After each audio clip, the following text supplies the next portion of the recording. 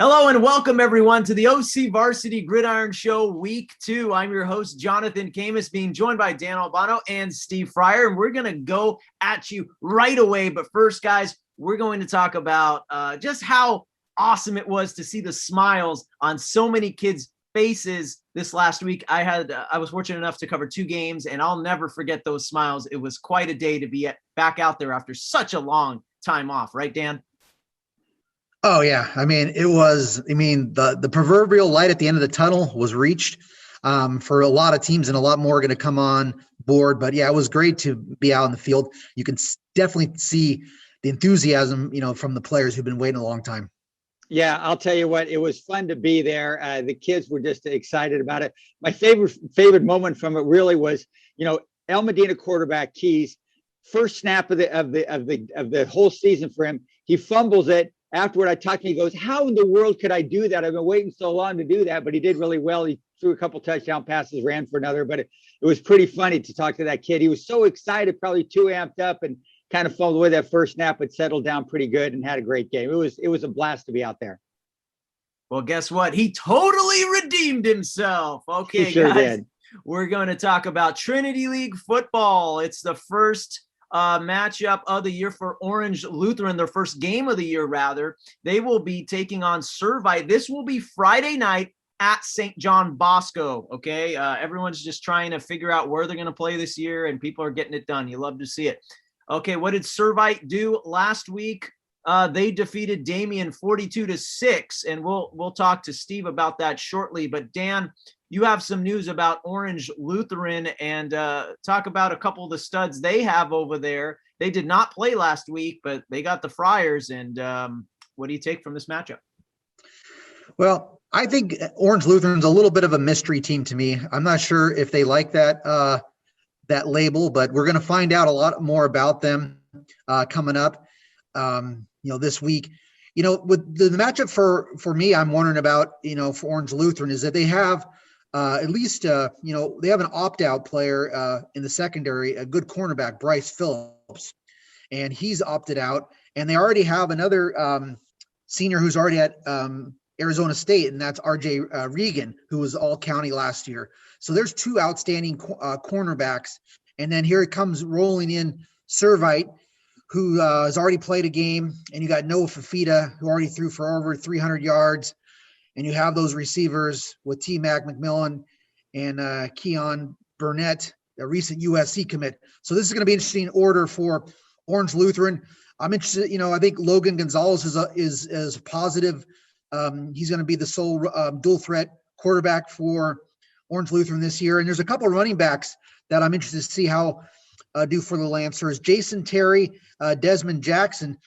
Jason Terry might ring some bells for county football fans. He's a transfer from Fairmont Prep. This is going to be a tall order. I'm wondering about the experience level for Olu. Okay, Steve, we'll get to you and talk a little bit about Servite. Dan mentioned it. Fafita had 335 yards passing with 3 touchdowns last week. And, of course, last season, Servite beat Orange Lutheran 34-14. Fafita had 5 touchdown passes in that one. Steve, what do you think? Is Servite going to roll here? Or what do you expect with this matchup against the Friars? Yeah, I expect Servite to roll pretty good in this one. Fafita started out really strong, 14 of 17 in just the first half alone. And I loved his quote. He was asked about his night. He said, "It was not a bad night." Yeah, not a bad night. No, a pretty decent like that. Also, the Servite defense did really well, too. They held Damien to 36 passing yards in that game, too. So, they were pretty gosh darn spectacular.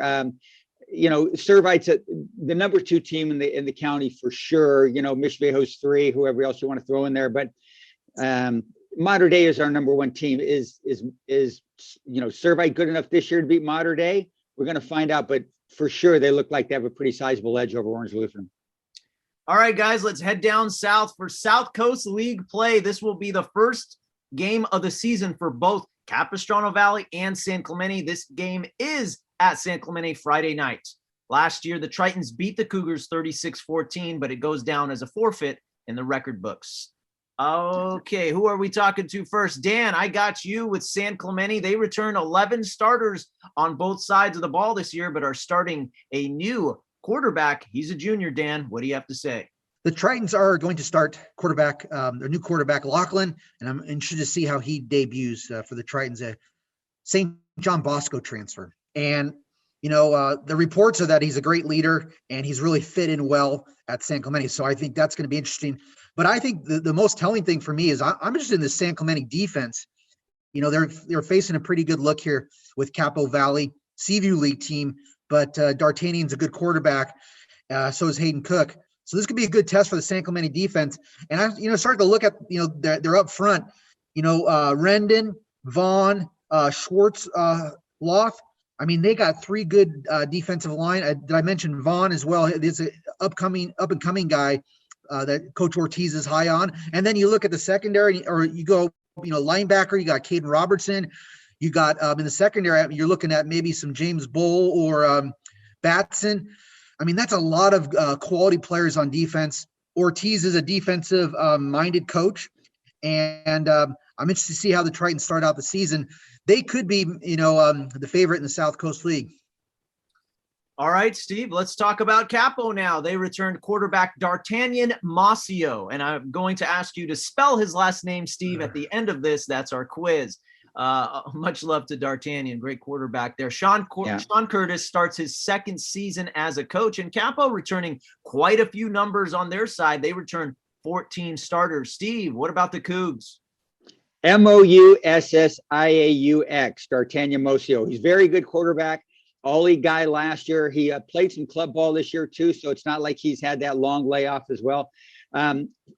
14 returning starters for Capistrano Valley, 6 on offense, 8 on defense. They're pretty good. But I really think, and Dan was talking about all those names that said San Clemente has James Bowles at running back, et cetera. They're also playing with a lot of emotion, a lot of resolve, because they want to win it for Coach Joe Wood, who passed away of COVID not so long ago. Great guy. I like San Clemente this game, but Capistrano Valley is going to be really super good this year. So many returning guys. Sean Curtis, his second year as head coach over there. That's sort of a consistency when you got a coach who's been around a little bit. That helps a lot. I really like Capistrano Valley this season, but in this game, you got to give the edge to San Clemente, I think.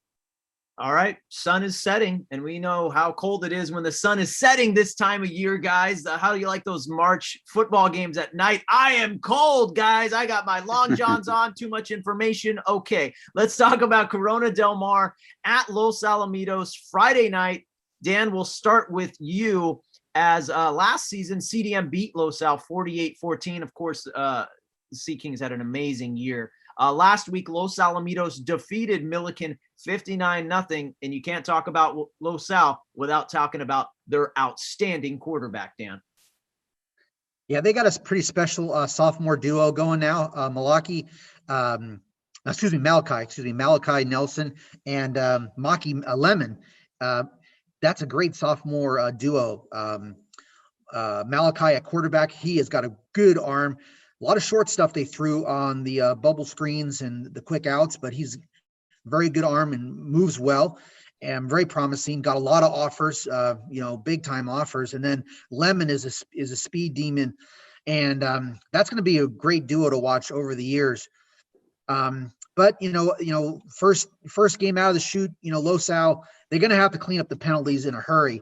Just looking at the main penalties, not those kickoff penalties for kickoffs that went off out of bounds, but they were racking up about 15 for $150 at least, and they had several personal fouls, so they're going to have to clean that up. I think Coach Fenton talked about that was over exuberance, and it's been a long wait, and so they're going to have to clean that up against Corona Del Mar. It's won I think about 17 games in a row right now, fellas. And defensively, they got a couple guys that I really liked on defense, Los Al. Tyler De Leon looked good at linebacker. And Lane Broderick looked really good as well. Two-way guy, a former Mater Dei transfer. So I think Los Al's a big spot. They look like they're very competitive right now. They got this game at home. And they know that Los Al's they know that Corona Del Mar's got this long winning streak. So they're going to be fired up. If they play smarter, a little bit cleaner, they got a really good chance in this game, I think. All right, we'll go to you, Steve. Corona Del Mar beat Palos Verdes last week, 38-21, and you think, well, Garbers is gone. What do they got now? Well, quarterback David Razor had 3 touchdown passes. He's walking on the razor's edge, Steve. You like that? Razor was sharp, Jonathan, since we're doing cliches today.